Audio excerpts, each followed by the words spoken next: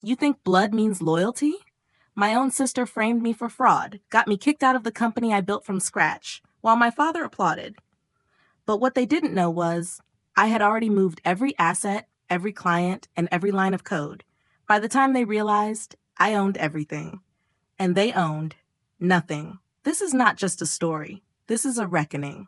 Welcome to Revenge Her Way, where betrayal meets justice, and the quiet ones strike the hardest. Now let me take you back to the day it all began.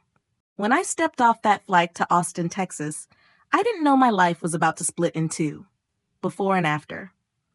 I had just finished my MBA at UC Berkeley. My head was full of ideas, strategies, dreams. But what I walked into was nothing like the case studies we dissected in class.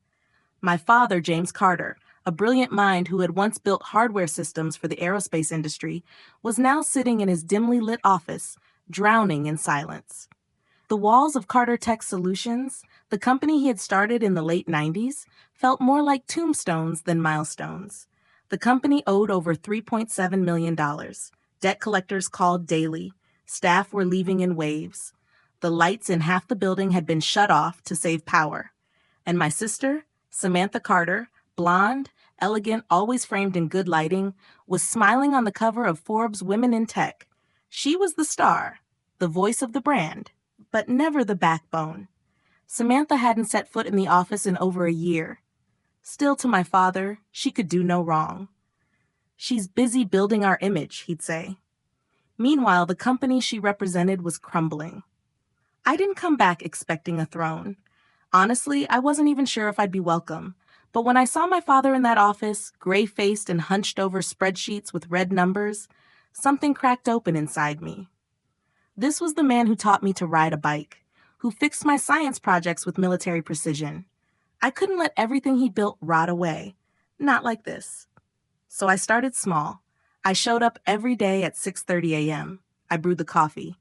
I swept the floors. I asked the few remaining engineers questions. I volunteered for every client meeting, even the ones where I knew I'd be rejected. And I was. Over and over. One potential partner laughed in my face. "You're the brother, right? Tell your sister to call me when it's serious."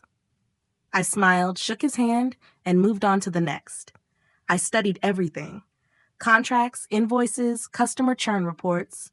I taught myself how to fix bugs in our client portal. I shadowed our only surviving project manager until he started treating me like a peer. I renegotiated our vendor contracts, cutting costs by 18% in the first quarter. I found a government tech grant we qualified for and applied before anyone could say no. Every Friday, I'd send Samantha an update email. She never replied. My father, to his credit, started noticing. He'd nod when I walked in. He even smiled once when I showed him the progress charts. But the words I longed for, "I'm proud of you," never came. Instead, he'd ask, "Have you talked to your sister? She's presenting at MIT next month." Meanwhile, I was chasing clients in Dallas and cold emailing every mid-sized firm in Houston. Some doors stayed shut. Others opened just wide enough for me to slip a foot in. 6 months later, we closed our first new contract in nearly a year. The next quarter, we broke even. By the end of the year, revenue had climbed to $4.2 million. We were still standing, and not because of luck. But I didn't brag. I didn't throw parties. I just kept working. I told myself it didn't matter that my name was never mentioned in board meetings, that the press still called Samantha the Carter Tech Queen, that at family dinners my father would toast to her vision while I passed the mashed potatoes in silence. It didn't matter. I was building something bigger than recognition. I was building an empire on substance. But I didn't know the real betrayal hadn't even begun yet. There's a certain kind of silence that sets in when people stop believing in you. Not the loud rejection, the kind that stings and passes. No, this was different. It was the silence of indifference, of glances that slid past me in the hallway, of meetings where my name was never mentioned, even when the work was mine. 6 months into rebuilding Carter Tech Solutions, I realized grit wasn't a strategy, it was a necessity. Our cash flow was tight, very tight. Every penny counted. I sat with my mother one evening, just after dinner, and explained to her what I needed to do. I still remember her hands folded tightly in her lap as I asked her to co-sign a loan against the house she'd lived in for 28 years. We could lose it, I said. She didn't flinch. If it's to keep your father's dream alive, she replied, then we risk it. I took out $180,000, partly from old scholarship funds I had never used, and the rest from the equity in her home. I didn't sleep much that week, but I got to work. My days were filled with cold calls and closed doors. I contacted over 40 of our former clients. Some didn't answer. Others gave me polite declines. One man, an older exec from a medical tech firm, looked me straight in the eye and said, "You're not the one I used to work with. Where's your sister? She's the real genius." He laughed. I didn't. Most employees kept their distance. They saw me as temporary, as the younger brother, just filling space until Samantha swooped back in. Some ignored me outright. But one man didn't. His name was Luis Alvarez, 52, head technician, had been with the company longer than I'd been alive. He didn't say much at first, but he stayed late when I stayed late. When I started diving into our outdated systems, he silently passed me folders of handwritten notes. One night, he pulled up a chair next to mine and said, "You've got the grit. Now let's fix the mess." Together, we overhauled the entire delivery process. Luis showed me where past teams had cut corners, how bloated our support staff had become, and which legacy contracts were dragging us down. We rebuilt the infrastructure from the inside out, quietly, methodically. I learned how to listen, not just talk, how to admit what I didn't know and lean on those who did. Slowly, things shifted. We reduced client onboarding time from 6 weeks to 3 days, rolled out a new cloud platform that cut operational costs by 40%. And when the numbers finally turned green, I didn't celebrate. I stared at the screen and just let out a long breath I'd been holding for 2 years. In the first year, we clawed our way back to $2.1 million in revenue. By year 2, we hit $26 million. We expanded operations to Denver and Seattle. I hired 15 new staff members, not because we could afford it, but because I knew we couldn't grow without them. Still, no one wrote articles about it. No one sent me interview requests. The face of the company in every public document was still Samantha Carter. I got used to it, used to being the engine, not the hood ornament. People started respecting me, but they didn't praise me. And maybe that was okay. I wasn't in this for applause. I was building something real. But the funny thing about staying quiet too long is people assume you have nothing to say. My name never made the front page. Hers did. Until the day everything changed. It was the kind of morning you never forget. Crisp air, sunlight cutting through the glass windows of the Carter Tech headquarters like a spotlight waiting for its cue. I wore the navy suit my mother had pressed the night before, not because I wanted to impress anyone, but because I believed for once, maybe today was the day I'd finally be seen. The boardroom was packed. Investors, shareholders, senior staff. A small stage had been set up at the front of the room, with Carter Tech's logo lit behind it. I sat in the front row, folders neatly stacked on my lap, growth charts, employee satisfaction reports, the roadmap for our Denver and Seattle expansions. All of it was real, and I had built every inch of it with blistered hands and sleepless nights. My father stepped up to the podium, his voice steady but tired. After more than 3 decades building this company, he began, "It's time I passed the torch." He looked around the room, eyes landing briefly on me. For half a second, I thought I saw something. Recognition, pride, maybe both. My chest tightened. He continued, "It is with great pride that I announce the next CEO of Carter Tech Solutions, Samantha Carter." There was a pause, a beat of confusion. Applause followed, polite, scattered, uncertain. I didn't move. I couldn't. My ears rang. I turned to look at Samantha as she stood from her seat a few rows behind me, her heels clicking confidently as she took the stage. Her smile was perfect, her makeup flawless. She kissed our father on the cheek and adjusted the mic. "I'm honored," she said, "to lead this company into a new chapter. But before we begin, there's one matter of urgency." She pulled out a folder, a thick one. "In recent weeks," she continued, "we discovered evidence of misconduct within the operations team. Contracts were signed without full board approval. Financial decisions were made that put the company at potential legal risk. These decisions were carried out by my brother, Ethan Carter. The room fell into silence, so complete it was almost violent. I stood, barely able to breathe. "These are the documents," she said, holding them up, "verified by our legal counsel." I took a step forward. "That's not true. Those contracts were board approved, digitally signed months ago. This is manipulated." Two security guards appeared at either side of me. I recognized them, Frank and Oliver. I'd bought Frank's daughter a laptop for school just 6 months ago. "Mr. Carter," one of them said, "we need you to leave the premises. Effective immediately, your access is suspended pending an internal review." I looked at my father. He didn't say a word, just kept staring straight ahead. As I was escorted through the room, I caught bits of the whispers. "Didn't expect that. Maybe he wasn't as clean as we thought. She's always been the smarter one anyway." And in the middle of it all, Samantha's voice echoed, sweet and surgical.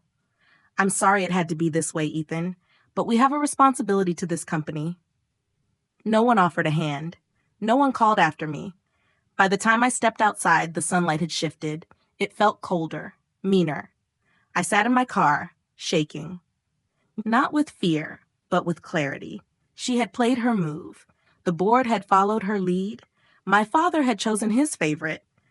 But what none of them knew was that while they had been staging their theater, I'd been building a stage of my own. I wasn't out, because I was never playing their game. I was building my own. The first 48 hours after I was forced out were the quietest of my life. Not just from the people around me, who stopped calling, stopped texting, stopped checking in, but from inside my own mind. No anger, no panic, just silence. The kind that only comes when you know exactly what's about to happen. Years ago, when Carter Tech was still bleeding cash and no one else cared enough to fix the leaky systems, I'd built a secure IT infrastructure from the ground up. It was lean, efficient, and invisible. I was granted full board approval at the time because no one else wanted to deal with it. Alongside our systems, I embedded a backdoor, not to spy, not to sabotage, but to protect the company from internal threats no one wanted to admit could ever happen. That backdoor saved everything. I waited exactly 2 days. On Monday morning, at 9 a.m. sharp, as the staff booted up their workstations, something unexpected happened. The usual login screens didn't appear. Instead, every computer across the company's 3 offices began playing the same video feed, simultaneously. The footage was crystal clear. Samantha Carter, my sister, sitting across from a senior executive at Argonne Tech, one of our biggest competitors. Her voice was calm, confident. "You get me the CEO seat," she said, "and I'll get you every client file you need. Ethan won't even see it coming. He does the work. I'll just sign off." Then she laughed. In the boardroom, employees froze. Phones started ringing. Slack channels lit up. The video looped once, twice, and then emails began to hit inboxes. Board members, legal teams, journalists, regulatory bodies. Each message came with a timestamp folder. Documents, audio clips, signed internal memos, every piece of evidence they needed. All from an anonymous sender. The press got it first. "Corporate heiress behind insider leak" was the headline on every major site within the hour. By noon, CNBC was running the footage on repeat. By nightfall, our legal department was under fire from the Department of Justice for failure to report insider activity. Samantha tried to act quickly. She called a company-wide meeting, said it was fake, deep-faked, edited. But then the SEC confirmed the authenticity. It was over. And that's when I dropped the second wave. While everyone was focused on Samantha's fall, no one noticed that Carter Tech's true assets, proprietary software, contracts, licenses, intellectual property, had already been transferred to a new entity, Lumencore Technologies, a company I'd quietly registered 18 months earlier, a company that I owned entirely. I hadn't just built a new company. I'd built an ark, one that held every piece of real value Carter Tech had left. Most of the clients already migrated. Most of the engineers? They'd signed new contracts with me the week before the board meeting. It took years of planning, patience, and paperwork, but it was airtight. By Tuesday, Lumencore was operating at full capacity. By Wednesday, Carter Tech was a hollow shell. And Samantha? She was removed by emergency board vote. No appeal, no statement. Her access revoked before she even made it back to the office. Security escorted her out the same way they'd escorted me. Only this time, the applause had vanished. There were no handshakes, no sympathy, just silence. I watched all of it unfold from the rooftop of the Lumencore building. Not with satisfaction, not with glee, but with a stillness that felt like truth finally landing where it belonged. I didn't yell. I didn't gloat. I didn't need revenge. You don't need revenge. You need receipts.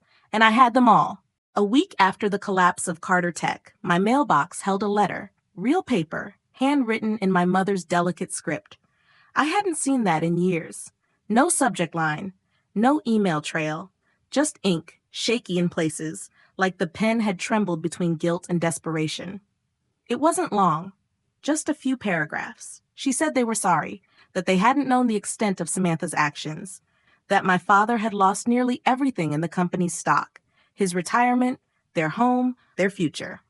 She wrote that they were staying in a motel outside of Dallas, living off the last of their savings, and that if I couldn't help them, they might not have anywhere to go by the end of the month. She didn't ask for forgiveness, only help. I read it twice, then a third time. For years, I had told myself I didn't need their validation, that the silence, the favoritism, the way they'd stood still while I was being thrown out of that boardroom, it didn't matter. I had survived. I had built something better. I had moved on. But something about that letter pulled me back to a boy who once stood outside his father's office, holding a crayon drawing of a rocket ship, hoping to be told it was brilliant. The next morning, I asked my assistant to schedule a meeting. They arrived at Lumencore's offices 2 days later. My mother looked thin. Her eyes were red, but her posture was still proud, like she was fighting every instinct to collapse. My father looked older, so much older. He walked with a cane, his expression a mix of shame and something even harder to define. They sat across from me in the glass conference room, the same kind my father used to host meetings in when he was king of Carter Tech. This time, he said nothing. My mother spoke first. "We never meant for this to happen, but we made mistakes. We know that," I nodded, not coldly, just calmly.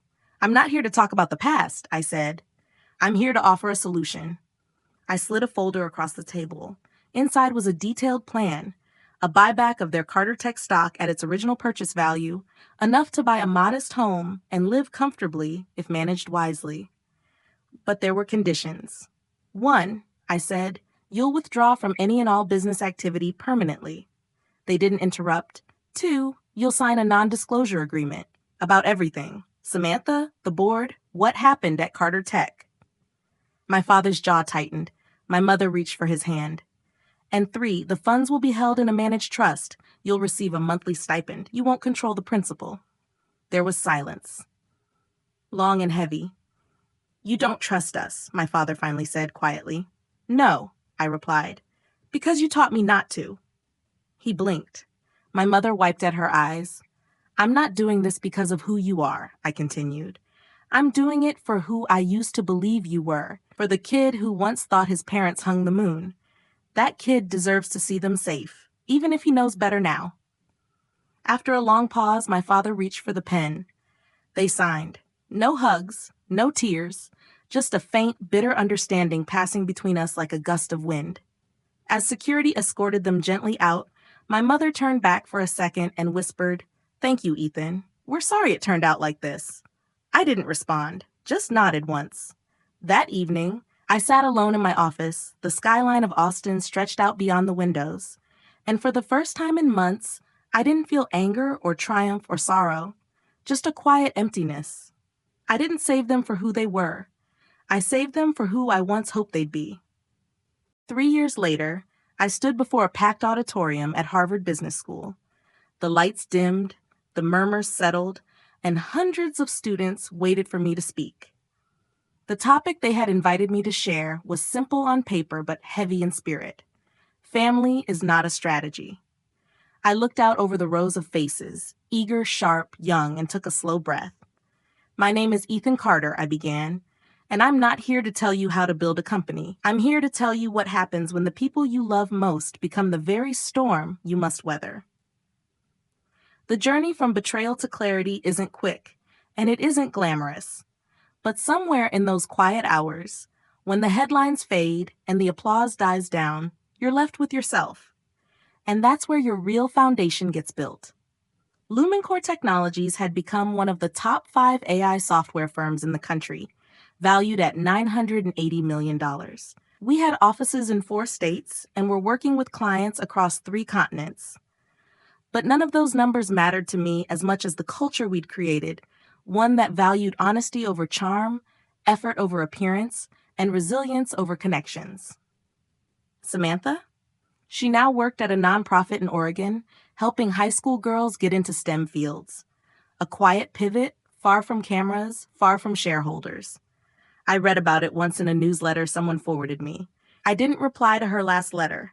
I didn't need to. And my father? He sent me a birthday card last year. No return address. Just 5 words, I hope you're doing well. I still haven't opened it. Some wounds don't close the way we want them to. Some legacies, even those we inherit by blood, are better left behind. That morning, after the lecture, I returned to Austin and walked to the edge of Lumencore's rooftop. From that height, I could see the old Carter Tech building, now under a new name, its logo replaced, its history stripped bare, a glass shell filled with strangers. I didn't feel hate or pride, just stillness. Because that's the thing no one tells you about betrayal. It doesn't destroy you. It just gives you a choice, to either be defined by it or to define yourself in spite of it. The world moves on, the headlines fade, but the truth has patience. It waits. And when it finally arrives, it doesn't shout. It stands quietly beside you and lets everyone else figure out what they missed. Sometimes the best way to win is simply to survive long enough for truth to speak. Thank you for listening to this story. If it left something with you, whether a moment of reflection or a memory of your own, subscribe to our channel, Revenge Her Way. We share stories that reveal the quiet strength behind every downfall and the beauty of rebuilding on your own terms. And if you're ready for more true stories of betrayal, redemption, and resilience, don't forget to check out our next video. Your journey with us is just beginning. See you there.